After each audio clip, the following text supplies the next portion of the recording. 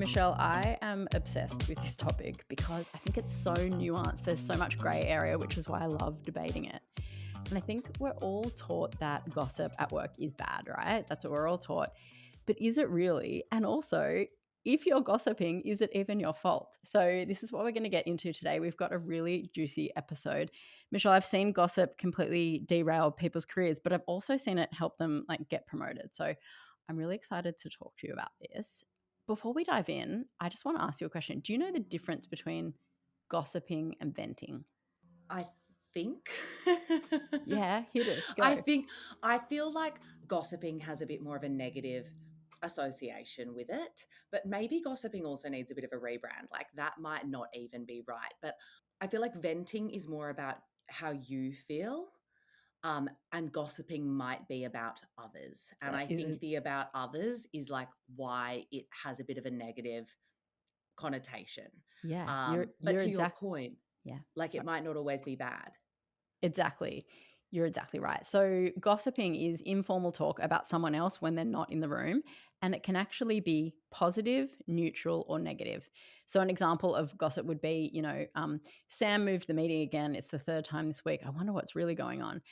Venting is expressing your own personal feelings or frustration, sort of with the goal of seeking understanding or solving the problem in a way. So that would be like, ugh, Sam moved the meeting again.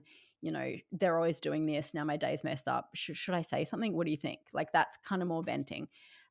So yes, you're right. It's like gossip is someone else when they're not talking about someone else when they're not in the room. Venting is more about your own personal feelings about something. But venting can still be bad or dangerous. So, proceed with caution.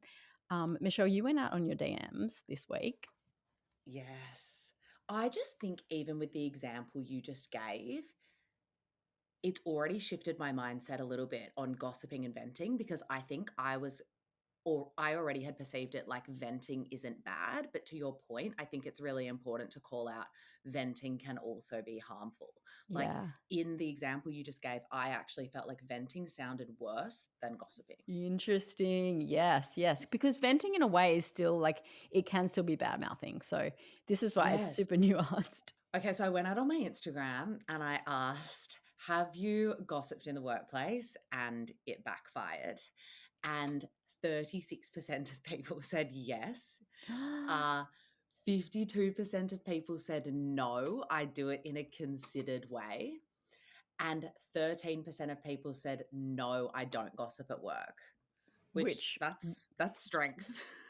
yeah, or not really understanding the definition of gossip. But yes, interesting. Did you get any stories about the type of things that backfired? The thing that I noticed, there is such a consistent theme in these messages. I would say 98% of the responses I got through about it backfiring all related to stories where there had been digital communication shared. So, Slack messages, Teams, a Facebook group, a WhatsApp group, and people were accidentally added to the threads. People wrote it in the wrong thread. And so we'll come back to that, but here's some of them verbatim. I was messaging a friend on Teams about my manager and she replied in the group chat. Oh. Okay, wait, I need to find more like this. It's so easy for this to happen, right? This makes my stomach drop.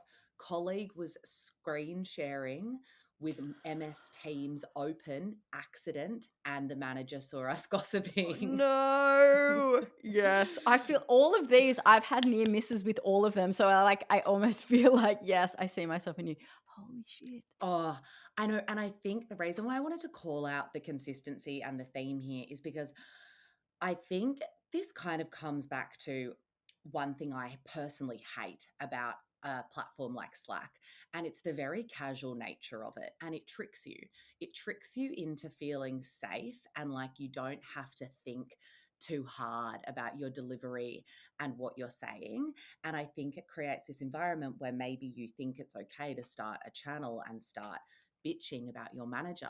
And it's very important for people to remember I just went into the admin settings of my own company's Slack account because I wanted to see if I had the ability to download private group threads. and I can. So your managers, founders, bosses are able to look into that kind of thing if they want to. Yeah. And I think it's like you wouldn't send emails like this, you know? I think it's very important to remember that. And if you are gossiping or venting, do it in person. My boss always used to say, "Would you be happy?" Never write anything that you wouldn't be happy printed in the front page of the Sydney Morning Herald, for example. So this is the interesting part, though, Michelle, because we've just kind of given words of warning. But what's interesting about gossip is that it can be positive, which is why I think this episode is going to be so interesting for people. One thing before we dive in, Michelle, obviously women gossip more than men. Do you know by how much? Like, what percentage do women gossip more than men?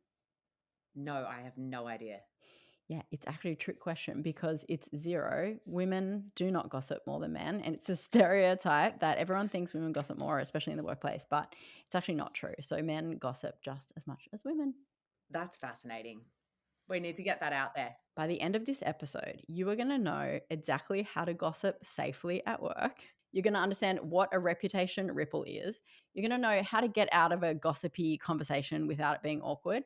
And you're going to know how to stop gossip on your team if you're a leader. So if I shared some examples of when gossiping backfired for others. I am curious if that has ever happened to you. Yeah, I've been really caught out. And just to the point around sort of like how easy it is to get sucked in, even almost without knowing that you are gossiping.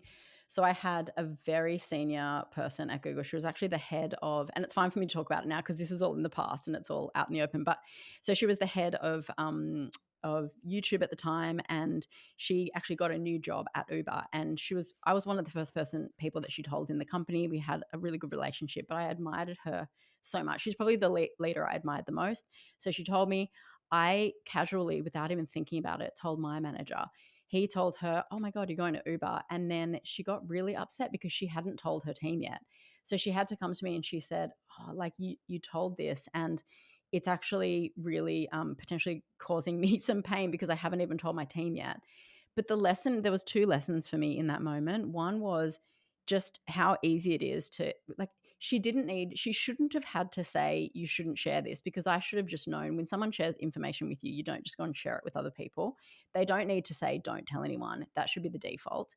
And the second lesson I learned is she said something so interesting, which is it's okay. I know a secret is a hard burden to hold. So she actually acknowledged that sharing a secret with someone is actually a bit of a burden on them to keep. And I thought that was such a beautiful thing. And we have a very good relationship now, but I learned a lot in that moment. That's really fascinating because this will kind of come back later on in the episode. It's actually also an example of how leaders can sometimes model that gossiping is okay. And one of the ways they model that is by sharing confidential information with certain members of their team. Yeah. So that's also another, yeah, Yeah. side to that. Okay, so I'm loving this. Soph is going to give us the case for gossip and the case against gossip. So let's see which comes out on top. Soph, hit us Okay. with the good. So, from an evolutionary perspective, gossip is partly to thank for the survival of the human race. So, for anyone who's read the book Sapiens, and no, I'm not going to lie to you, I didn't finish it, but I read enough to know this. Gossip actually helped humans to build trust and alliances, and that's what helped our human race survive, sort of thing. So basically, it's the original LinkedIn. Michelle, if you swap the word gossip for the word information sharing, you can actually see how helpful it can be. So there's a huge amount of research that someone wonderful is doing. Her name's Amy Gallo, and a lot of what we're talking about in the show is her work. If you don't follow her, go and we'll put her in the show notes. But she's doing some amazing work on how beneficial gossip can actually be in the workplace. But she talks a lot about this idea of social glue. So it can actually form and strengthen social bonds. And this is like, I love this when I heard it. It's actually a way for people to understand workplace norms and like what's okay, what's not okay. And I'm going to give some examples. And then the third one is that it helps people understand power dynamics, especially for people who are, have less status or power or even marginalized groups. gossip and like information sharing is actually a way for them to understand how these power dynamics actually happen when they themselves don't have power. So I think it's very interesting. I'm just going to give a couple of examples because I think this really brings to life this idea of gossip as information sharing. So, for example, imagine your boss sort of sends you a weirdly worded email, and you're not really sure what to make of it. You might turn to your work bestie and be like, "Can you like, how would you interpret this? Like, how should I respond?" So again, that can actually be helpful to you. If you can imagine a situation where you're a team and another team keeps getting more budget and your team doesn't get the budget, and you're sitting around as a team kind of talking about and discussing like, why does this team keep getting the budget, and talking about things that are happening over there. And then the other one that I think about a lot is I actually coach people. If you're going to present to senior leaders, go and do background research on them. Go and talk to their PA, go and talk to people that have worked with them, find out what they do and don't like, find out what is annoying for them in presentations. And that in a way is actually gossip. Like I'm encouraging people to gossip because they're getting information about someone when they're not in the room. But that can be so helpful because it means that you're going to be delivering a presentation that's so much more useful for that senior leader. So I think if you frame it as information sharing, it like helps you read the room. It helps you understand. This is the last one on sort of understanding workplace norms and team norms. Imagine the case where someone says, "Oh, did you hear about what Jackson did in the meeting? He just, spent the first 10 minutes talking about his weekend. Like, I wanted to cry." You're like, okay, well, I'm not going to spend the first 10 minutes of a meeting talking about my weekend. So you kind of learn what's okay and what's not okay. So I think it can be very helpful. I love this. I definitely can see it as survival. And this kind of ties back to what we spoke about at the start of the episode, where it's like maybe gossiping just needs a bit of a rebrand. Yeah, I Yeah. think you're right, Michelle, in the rebrand thing. And I think it's because we always think all gossip is bad. And actually, some gossip can be good. So Amy Gallo actually talks about this idea of positive gossip, and that is sharing compliments behind someone's back. So if someone does something amazing in a client meeting, um, no one else is going to know about it that's not there, kind of thing. And people, we're often not good at talking about the things that are great about us, especially women. So to go to your manager and say, like, Michelle just totally slayed that client meeting. Here's some things that she did. It starts this thing which I love, and it's one of the things that I love doing so much at work. It's starting this reputation ripple for someone. So if I go and share like Michelle is actually so good at like data analysis and just like bringing that human insights to life, and the client just loved it, you're then starting to get this reputation as the data person, and that can really grow for people if that's something that you want. So I think you can really build this reputation ripple for someone. Do it in a positive way and not the opposite in a negative way, Mm. because that can also, people attach themselves who've got all these biases. So I really loved doing that for people at work, and this idea of positive gossip. Yeah, I love that. This also reminds me of something else that you've brought up. And it's actually then like passing that feedback on to people. And so Yeah, often someone will do good work, or you'll think something someone shared in a meeting was great, and it'll just never get back to that person. exactly. So this is kind of fostering that. And it's like if you are having those side conversations, if you are starting those reputation ripples, like screenshot that conversation and Yeah. share. When gossip is never okay is when your primary intention is to hurt someone. Like, Mm, never okay. And if you look at the extreme of gossip, it can be so toxic. It can completely tear down organizations. It can it can really damage people's, not just their reputation, but people leave jobs because of things that are being gossiped about them. It can be so damaging and so hurtful when it is about you. It can also complete when you are the gossiper and you get caught out, it can completely, end your career as well. So at the extreme level, it's properly dangerous. But on the less extreme and probably more frequent, the thing that I've seen happen so much, Michelle, is yeah, again, this is like less extreme. It's this idea of in the invisible reputation killer. And what it is that people will gossip and they think, it's not really getting around, it's not really getting, to other people because it never really gets back to them. It's rare that someone goes back and says, by the way, that thing that you said, now everyone's talking about it and everyone knows that you spread that. It rarely gets back to you, but you just start to build up this reputation of being a gossip and being someone who is, maybe constantly complaining and you're like always saying bad things about other people. And I've really seen it damage people's relationships. So it can be this invisible reputation killer and it can make you look really immature. Mm, So that's the main thing that I've seen, especially with young people, is that this immaturity sort of thing. And I think the main thing that you need to understand is this is a truth no matter what company you're at, no matter what country.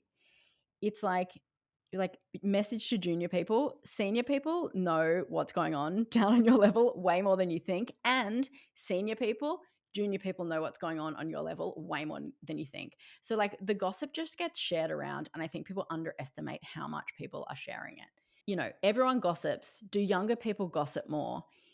Interestingly, I did the research on this and it's slightly yes.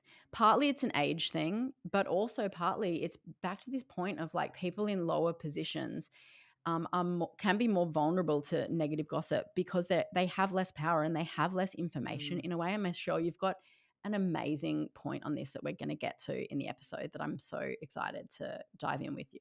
I think it comes back to transparency and clarity. And if you're leaving gaps in information, then people will just fill in the blanks for Exactly. themselves. And so I think Exactly. that's probably why the gossip might take slightly different shapes on different levels. But yeah, this is what I really want to get into next. And it's the fact that gossiping can also be a result of poor leadership and a toxic work environment. And it really should be a wake up call to leaders, not necessarily to employees, if gossip is rampant in your organization. So, gossip is usually a symptom of something else going on in an organization. So, I think it's really important if there is a lot of gossip going on and you're a leader, founder, exec, whatever it is, to kind of check yourself a little bit and see maybe if you're partially to blame or if there's something going on at senior levels which needs to change to improve the way gossip is going down in your organization if it is more of the negative side of things. So there's a few reasons why companies are partially to blame. The first one is lack of transparency. So I think I mentioned this before when there is lack of transparency, employees will just fill in the blanks and creativity will kick in and they can take it any which way. So, as a leader, you really need to be shaping the narrative yourself. So, that's just a I don't know. I just feel like it makes so much sense. Oh my god. Um, Think about anytime there's like company restructure or redundancies when no one's sharing any information at the top, and that's when gossip is the most rife. 100%. And like a way to combat that is like bring your team in on your challenges. That's like a very good way to make people feel valued, appreciated, heard, and to Yeah. shut those like rumor mills down. The second one is managers who play favorites. So Yeah. employees might gossip as a response to injustice. Like if Yeah. they see people getting promotions or pay rises and they don't understand it, people will speculate. So that's kind of a simple one as well, like being very transparent around performance reviews, rating systems, like bringing people in on that information and kind of arming them with the tools themselves to like know what's rewarded and why will shut that down. The Yes. the third one, and I just like this is one I've personally felt, is low morale or just a toxic culture. So when people don't feel appreciated or they feel undervalued or they're overworked, they can turn to gossiping as a coping mechanism. And like I've definitely experienced this where you just feel like you're not appreciated and you're almost trying to suss out, does anyone else feel that way as well? Like, is this just a me thing? Or like, are we all copying the rough end of the stick here? And then once you realize like someone else has experienced that or they've had encounters with that, it can just create this vortex of like Yeah. you venting and gossiping about how fucked you think the environment you're in is. It's so true, and I'm just thinking, like, At organizations, the goal is not to completely stamp out gossip at all, but I think you monitor it. So, like, if you're seeing gossip rising or it's getting more toxic, you really do need to try and like those things that you said to try and change that. But it also is super hard. I'm just thinking, even back to Google, like our leaders did all of those things right. And we would just Mm. talk about it all the time, and people would still gossip and complain and vent and all that kind of stuff. So, it's like it's going to happen, but yeah, it's like it's watching the level when it just tips the scale and it's like fully toxic. And I think you know that as a leader. I totally agree. And I think that's like an important point to drive home as well. Like, even in the best organizations and like this most squeaky clean bow on top of everything, like gossip is still going to exist. I think Yeah. it's just a human nature to your point. But yeah, it's the level at which it goes down. Okay, the fourth point is weak feedback loops and genuine opportunities to deliver upward feedback. So, if there isn't this culture of accountability and being able to share your frustrations and being able to seek help open and honestly, people will just start whispering about their concerns. And this comes back to leaders modeling that from the top down. And I think this can be as simple as, if you're a manager, just asking questions in your one to ones like, what's one thing I could do differently to make your job easier? That is a question that is easy for someone to respond to, but actually starts to dig into what any of their issues might actually be, Yeah. that they're not going to just bring up if you say, do you have any feedback for me? Like, get a bit more specific. What could I do differently to help you? It just starts showing that you're open to feedback so you don't appear unapproachable. Yeah.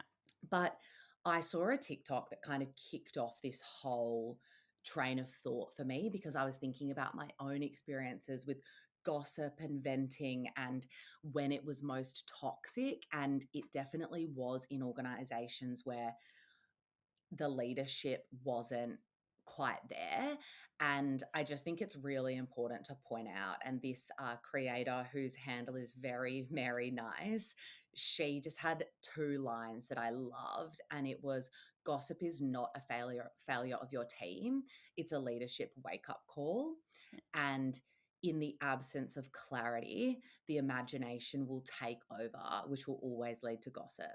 And I just think those are nice little prompts for So people good. to think about and be aware of. Back to you as an individual, what are the actual steps that you can take? First of all, let's just tackle negative gossip and making sure that you're not getting sucked into that. So, Michelle, a very quick exercise that I love to do with the people that I work with is one, rewind 10 years. You're probably at high school. The people I work with are Gen Z. You're at high school. Think about your approach to gossip and information sharing. Now, think about how you feel about it now and how that has changed. Then I want you to go forward, think forward 10 years. Think about people at your company or outside that are high quality people, people that you really respect. Then I get them to write down some words. Think about any words that you have that come to mind about this person. Now, let's see, does gossip, does high drama come up? It never comes up because you find that the people that you respect and admire are not the gossips. And then the third thing we do is we watch this TikTok video, which is basically about the difference between what rich people and broke people talk about, right? And then we build this Mm. connection. Basically, she says in the video, rich people talk about goals and ideas and like things they're doing, self development, and broke people talk about people, each other, drama, celebrity news.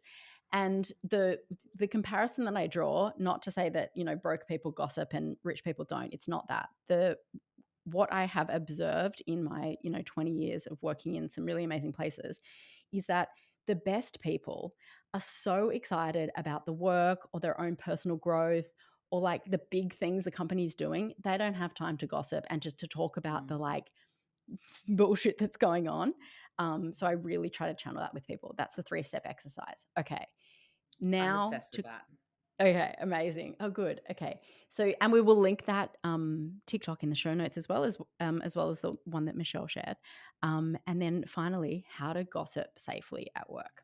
So first of all, you're going to ask yourself, what type of gossip is this? Positive, negative, neutral, and why am I sharing it? If it's for the purpose of information sharing, maybe it's okay. If it's for the purpose of hurting someone, never okay.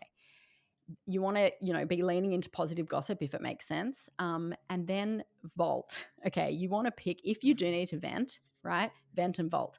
So if you need to vent, pick one person, maximum two, that you really trust, and that person is your vault. You do not go and vent to multiple people. It is always going to undermine you. Paper Mm. trail. Oh, I sorry, love go. that. Yeah, No, I just love that so much because that's totally it. Like, I do feel like sometimes that person, that vault, is like your lifeline. They're like how exactly. you survive, You, especially if you are in a tough environment. So I love that. exactly. Venting, you need it. Like, it can be so healthy. You need to get stuff out. You can't bottle everything up. Pick your vault. Paper trail. So back to all the stuff Michelle was sharing Mm. about Slack, DMs going everywhere. Don't put, basically, if you need to say something bad, say it in person in a like closed door room where you feel very safe that no one's listening. Don't say it in a hallway, and don't say it on Slack. And then think long term. So what would future you do? The word I always come back to is integrity. And I think to myself, when you have the opportunity to gossip and you don't, when you have the opportunity to share a big secret and you don't, you create integrity for yourself. And the person you're really trying to impress here is you. You can create so much self-belief, and it can do amazing things for yourself if you are the type of person that actually says, I'm not a gossip, I have integrity. Yeah, 100%. Bring it back to that front page test and think long term. Exactly. And just the final point, because I think what undermines a lot of us as well is like we sort of get sucked into these gossipy conversations, and you almost like don't know how to get out of them, because it is a way of having social bonds, and you don't want to be like the awkward person who's like, sorry, I don't gossip. But I would just say to yourself this. Oh, I was also thinking, Michelle, this with this whole like researching this whole episode. One thing that we haven't mentioned is your work bestie coming to you and being like, okay, juicy work goss, and they deliver. Usually it's about people that you don't know, but like just the absolute joy in kind of sharing those moments. It's very fun. Yeah. That's why I worked in HR for 5 It's years. it's so fun, right? Oh man. But then like just ask yourself sort of after those big gossipy sessions, how do you feel at the end? Mm. Sometimes you feel good, but like not always sometimes you feel a bit bad. Um but then the two just like really helpful lines to get out of it. You might say something like instead of agreeing with the gossip or, adding to the gossip, you might say like, "Oh, I actually haven't seen that side of that person before." Or you can pivot and just change the subject. So like, "Oh yeah, like, speaking of that meeting, did you hear about this new project?" So just sort of trying to change the subject to something else. Yeah, I love that. Americans do this thing where when they don't want to talk about something or they're not really giving you much, they'll just be like, huh, huh. And it's like kind of this ending, like, ah, okay. Like I this love it's just like ending. this Have you neutral. that? That's They say no, but like, that's good. huh, with like, it's like an AHA. And it's like giving you nothing, but also almost like you don't know if they're agreeing or disagreeing. And it's almost like a full stop. Smart. And then you're just questioning yourself like, okay, maybe I should Yes. stop talking now. Yes. Seriously. So good. All right, on that note, that's the episode. Huh.